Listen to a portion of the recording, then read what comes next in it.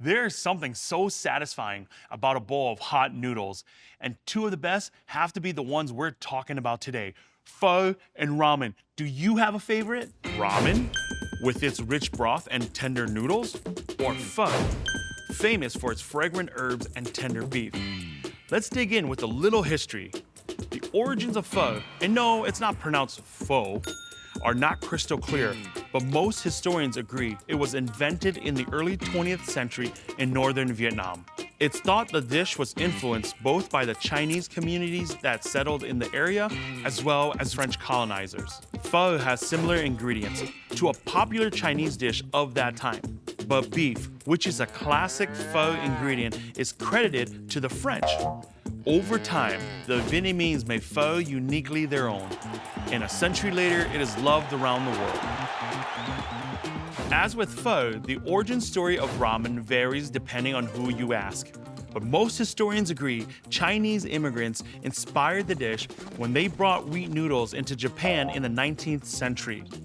Originally found in traditional Chinese soups in Yokohama's Chinatown, the Japanese quickly began putting their own stamp on the dish using local spices, flavors, and ingredients. Just as the history is complicated, so is the food itself. Each bowl of pho and ramen is different depending on who's making it. When it comes to ramen, my favorite comes from the chef who runs this spot. Meet John Ng. He's the chef behind one of the Twin Cities' most popular ramen shops. He's known around town and the internet as the ramen architect. Time to find out why.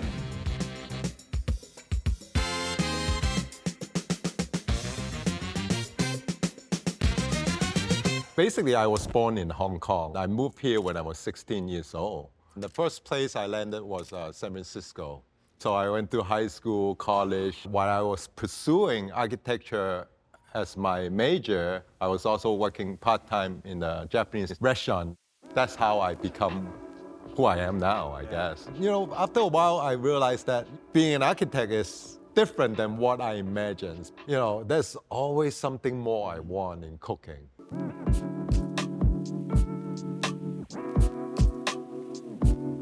John, I'm really excited to dig in here with you. What kind of ramen are we making today?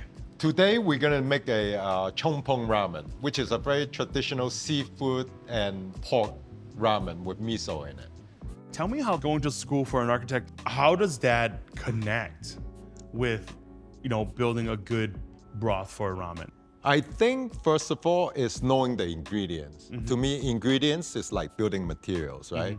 The more you know how they come about, the better it is. Is there anything that you pull from childhood flavors through your mom, through your grandma? Yeah, I definitely do. Especially when I come down to vegetable. Like whenever she stir fry a vegetable dish, I remember the exact flavor of which kind of vegetable she used. So that really bring me back to my childhood. And then I try to to bring that flavor back. And you do a lot of the sketches of your ramen bowls and Right. your ideas. Talk to me a little bit about that. That part is part of my trade as an architect. It's like a chopping board, but it's in my mind. The way I cut things, the way I want to lay them together when I have a question of how did I cut it? Those are really helpful too for me. That's how I use my sketches to create my bowl of ramen.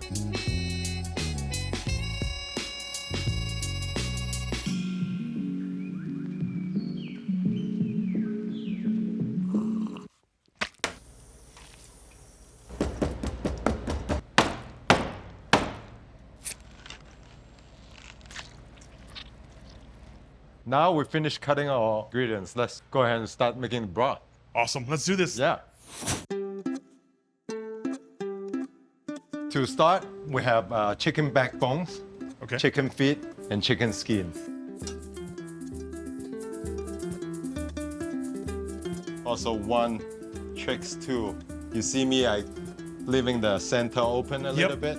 The reason you do that is because when it starts rapidly boiling, you want the center core to have intense heat to start rolling out. Okay. It's kind of like building something. It's kind of like being an architect, right? Sure. With all this chicken feed here, I just want to wave to them. Bye-bye. It's like high five, high five. There you go. Skin will cook by itself as its own part. The skin will produce the creaminess to the broth. And the bones itself will create flavor. All we have to do is just add some water in it. Yeah.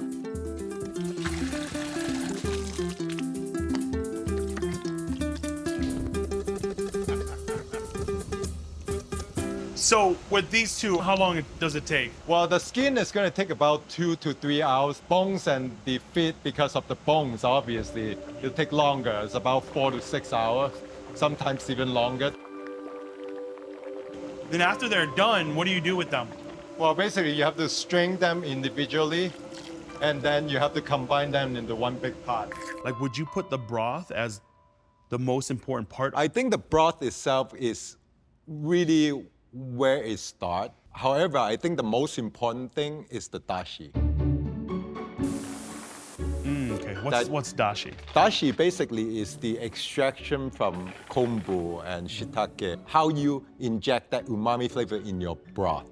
That is the most important thing. And the dashi gets added to the broth. Right. Every single form of ramen I do, the broth I do, I will readjust the dashi depending on what I use. That's why it takes pretty much whole life to learn. Wow. So this is the outcome of the chicken broth. And that color, it's like this golden, Right. beautiful, beautiful color. And Right. you're right, it looks very, very clean, you know? Look at that. It takes hours. Yeah. And also the thickness of the broth, you can control that by using the refractometer. This is the device to check the thickness of the Yeah. liquid.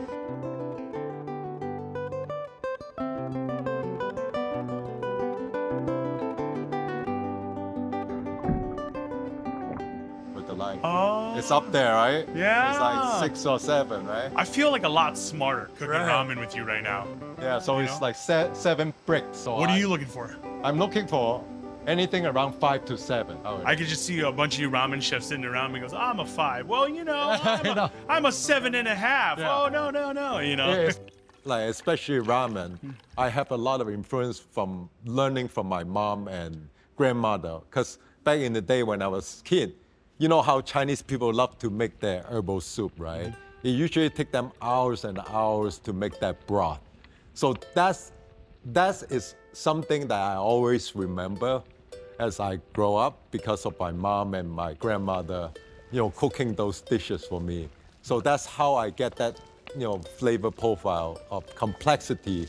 Okay, let's do this, man. So you massage noodle first. Oh, are we being Squeeze gentle it. though? No, you want to squeeze it. Oh. And then you roll it back up to a ball. And you're ready to use.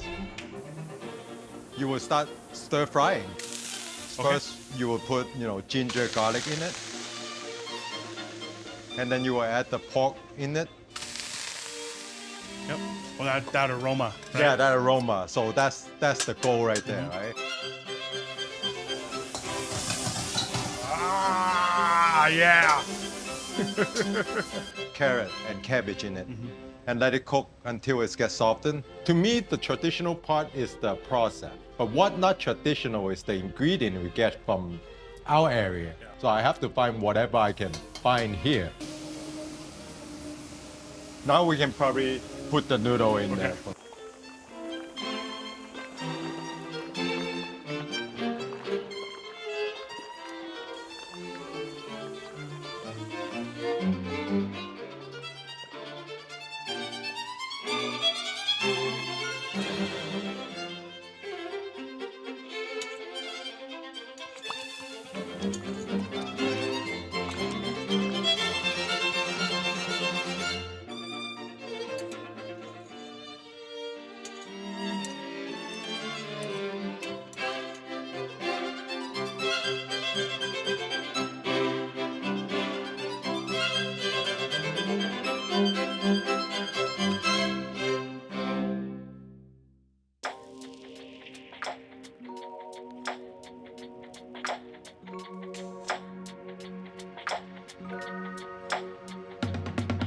Look at this thing. It smells delicious. It looks delicious. I don't know what else to say. Can we dig in? We just slurp. Like, yeah. Dude, that's amazing. You know, in the West here, you're not allowed to slurp, right? Right. But you So know, we slurp in Asia. yeah. The and- reason you slurp is because you want to introduce oxygen, okay. air, while you're slurping to cool down the noodle while you're doing it. So the more you slurp, the more flavor you get. This to me is like just the ultimate of what food is about, right? Right. So you got this kid born in Hong Kong, raised in Hong Kong, Right. but cooking Japanese food. Like, Yeah. like, tell me about that love. I think to me I just look at it as just food in general. I don't have a boundary of, Japanese food, Korean food, Chinese food, American food. To me, food is food. So you know what I always get asked is that word authentic and traditional. People can look at you and be like, well, you're a dude from Hong Kong. Like, Right. are you really making authentic ramen? Right. Are you really making traditional ramen? Right. How do you answer that? How do you talk to them I think the about best answer I can give them is authenticity is based on your memories, right? It's not rather how you look and what you speak. It's all about your memory. In food, this case, it's all about your palate memory, right? Thank you so much, man. Like, No, it's my pleasure. You let me into your kitchen. You let me a little bit into your heart to kind of see how everything works, man. So that's what friends are for.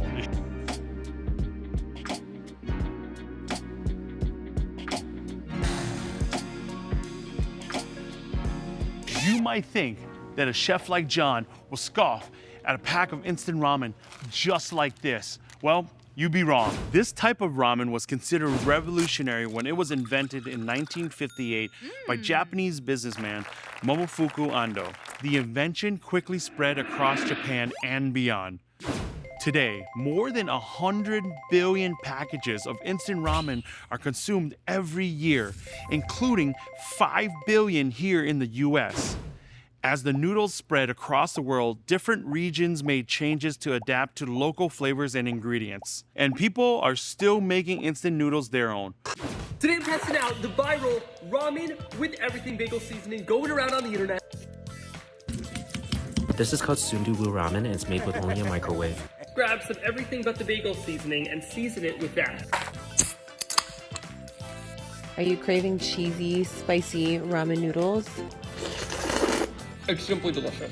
Making instant noodles growing up was like choose your own adventure. You know, you could put whatever you want into it. You can do meats, you can do vegetables, you can do eggs, you can do more meats. Now, we're gonna go meet a chef who does things his own way. Meet Chef Hai Truong. For decades, his family has shared Vietnamese cuisine at some of the most iconic pho spots in the Twin Cities, including the former Nong Bistro, where Hai served up his twist on this classic dish. Hey, How are you? pretty good. How are you doing? Good, good. What you got going on? Hang out with you. Yeah.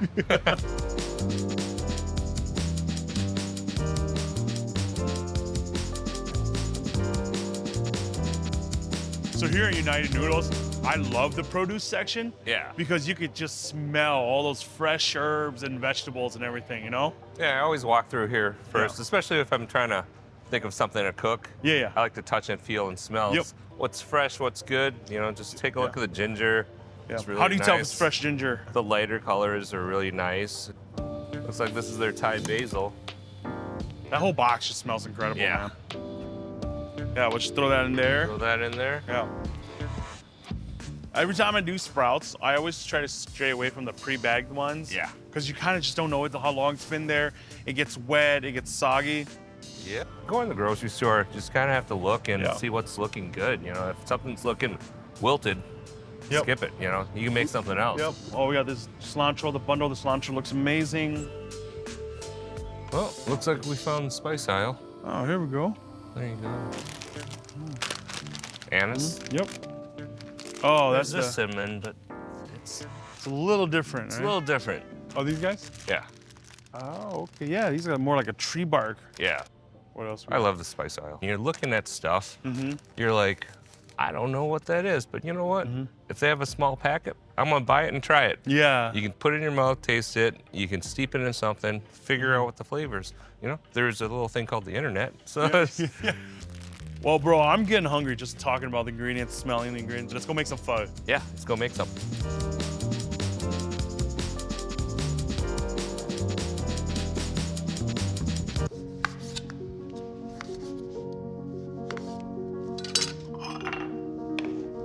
My dad started the Caravel restaurant. Okay, yeah. So- in this building? This building. Okay.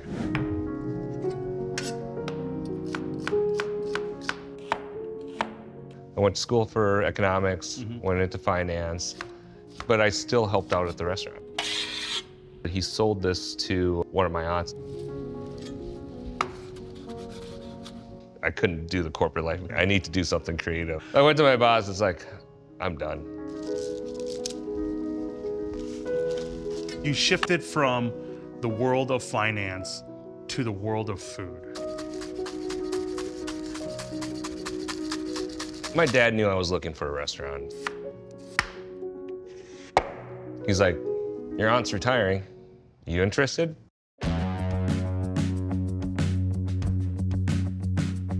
The restaurant wasn't open for a little over 16 years.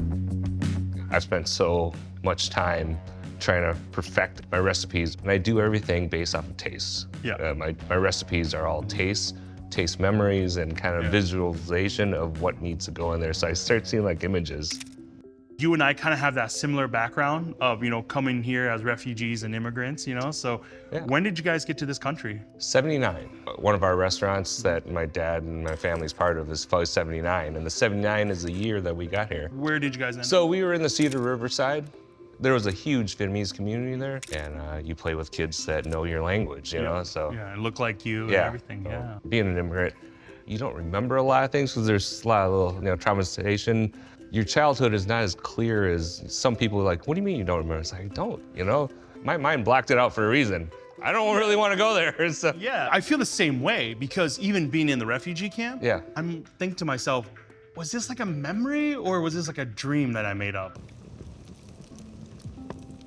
I remember the days that my grandma would make stuff for United Noodles. Like the whole house is just steaming, and even things like that I try to recreate, because I have a craving for it. And that's how I cook, and based off of what I remember eating and what the flavors are and stuff like that. Talk me through the pho. I mean, it's not your quote unquote traditional, you know? So talk me through that. So the ingredients, the bones are very important, and everything else that making the stuff, like the meatballs, is very important.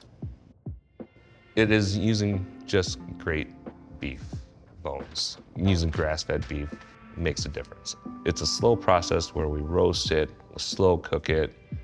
The pots it'll steep until we need it or when we're ready. So the longer it cooks, the better. I'll do all this talking about the pho, dude. I love to just kind of dig in with you and see how you do this. Yeah. Make myself spices for the pho.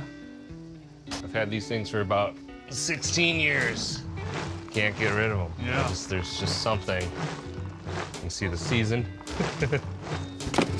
Some of the key ingredients here are the cinnamon. Yeah, I call it Vietnamese cinnamon. it's such a different smell, Yeah. too. You have the cloves, you have the star anise. Is there anything else, or? There's plenty of other stuff. We call it a family recipe, but it's also my recipe. Yeah, this is the kind of stuff when you walk through the Asian stores. When we go to Chinatown, Yeah. you walk in those spice herbal places. You go, For me, it smells like grandma's house. yeah. So Hai, then we just throw this in the broth, or what happens next? I take it upstairs, I toast it, I put it in a spice bag.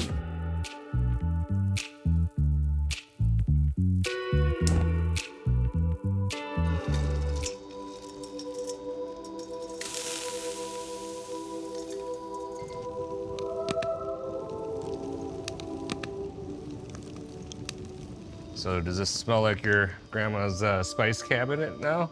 Absolutely, it does, man. Like, I know those smells by heart. You know what I'm saying? No, absolutely.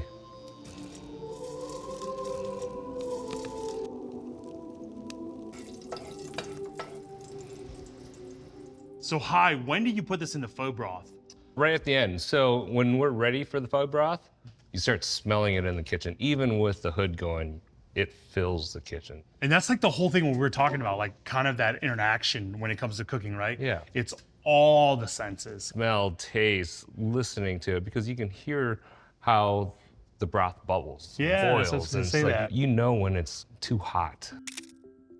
Having my son made a big difference. It gives me kind of a purpose. Growing up in a family that owned their own business, it's tough. My parents worked so much. We only had that Sunday, and I did not want to do that. I'm like, I don't want to be here every day. I don't want to be back in that corporate life where I'm losing myself because I'm making stuff that I think people would want. I want to be creative, make food that I want to eat, and I hope people enjoy my expression. So we're making meatballs for the pho. Talk me through this process here. And what is this thing? Buffalo chopper gets to a certain consistency that I enjoy. We use grass-fed beef. I marinate it, I spice it, I let it sit. Then I do this right before I make the meatballs.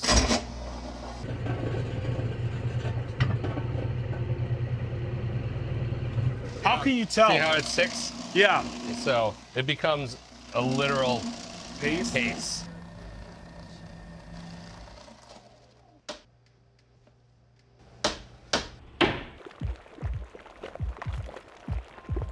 Man, you're gonna have to teach me this technique because I've never done meatballs like this before. Just fold over, scoop, And just right drop it in. there. Or Dang, you're so one good at hold. this, bro. I can't.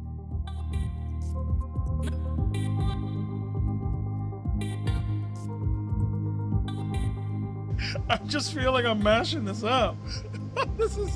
It's so fun. You're right when you're saying like there's this texture to it that you're looking for, you know, because you wouldn't be able to do this if the texture wasn't right. But it's like I'm like overthinking this. Oh man. Mine's rustic.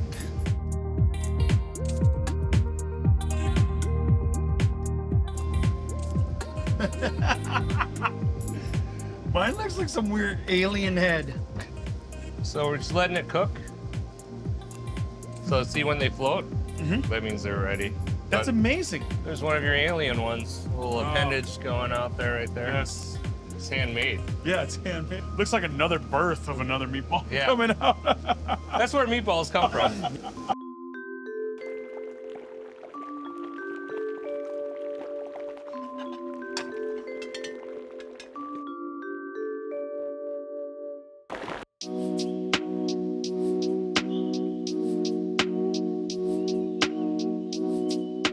Alright, there's the noodles that we just cooked. Oh, there's your special one. Yeah. I'll put that in your bowl. Thank you. Cilantro onion mix that we cut earlier. I just like it a little bit liberal. And I love how thinly, you know, all this is done. So when you put that hot broth in, Yeah. it cooks it gently. Yeah, absolutely. And the key is boiling hot broth, and you got to get it to the boiling point. And when you're putting the broth in, are you one of those guys? Yes, you cover it. Cover it.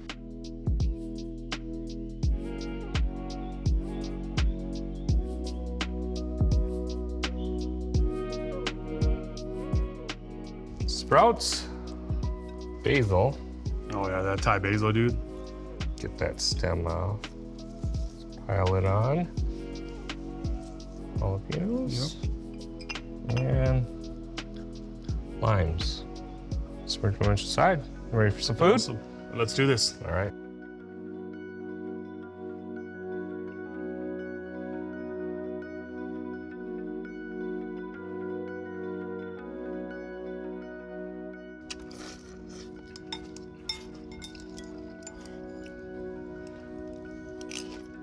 Oh man.